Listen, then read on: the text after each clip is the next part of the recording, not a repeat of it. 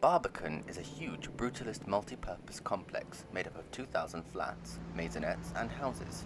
It also includes educational institutions, concert halls, arts centres, museums, venues, a conservatory, library, and private businesses.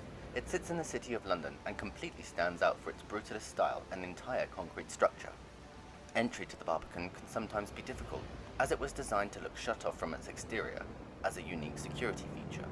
But if you keep your eyes open, you'll find inconspicuous ways in. History. The main fort of Roman Londinium was built around 100 AD, where the Barbican's Museum of London now stands. Around 100 years later, walls were built around the then London with a grand entrance. The word Barbican comes from the Latin word barbicana, which means fortified gateway. The Barbican area has since been inhabited by the Normans, King Edward I, the first Duke of Suffolk, and then the Willoughby family. One of the estate's buildings today retains the name Willoughby House. The church, which stands in the grounds, is over an impressive 1,000 years old, with additions and reconstruction work having taken place along the way. During World War II, the area suffered serious damage, and much of the area was flattened through bombing and fire. In the 1950s, discussions began about what to do with the now knackered site, and it was decided to turn the area into a heavily residential area. To accommodate the incoming large influx of residents, the Metropolitan line of the London Underground was extended in the 1960s.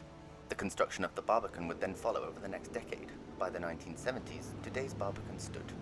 A funny fact about the Barbican is that even though it is built in a more traditional brutalist style, it was designed for the middle and upper class professionals and executives of the City of London.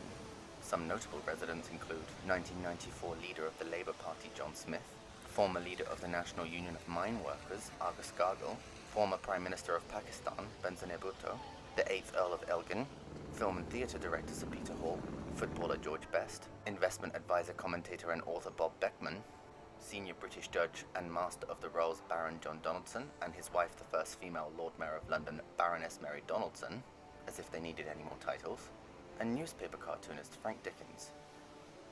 Barbican flats have never been rented out at social rent levels, and almost all flats are privately owned. In 2001, the Barbican was awarded the Grade 2 listed status, and is considered a major London landmark. Today.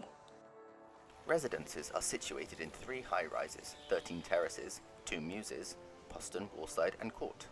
A large part of the estate encapsulates the lake, and other parts are large green space. There are also a lot of bricked courtyards.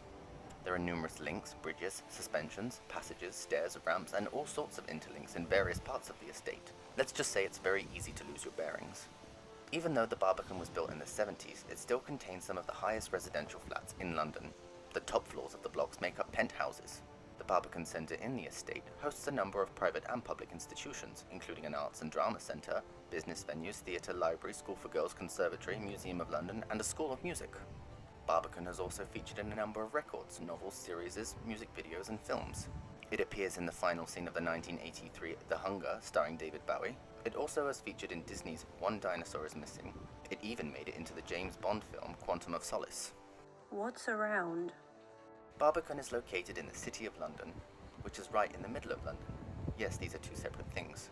Within walking distance you have St Paul's Cathedral, Smithfield Market, the Guildhall, Bank, Liverpool Street, Fleet Street, Farringdon, Finsbury, the London College of Fashion, Old Street, Spitalfields Market, Leadenhall Market, Shoreditch, and lots more. If you want to visit Barbican, the entire thing is publicly accessible 24/7. The closest stations are Barbican Station, Moorgate Station, or Liverpool Street Station, which is also a major national railway station.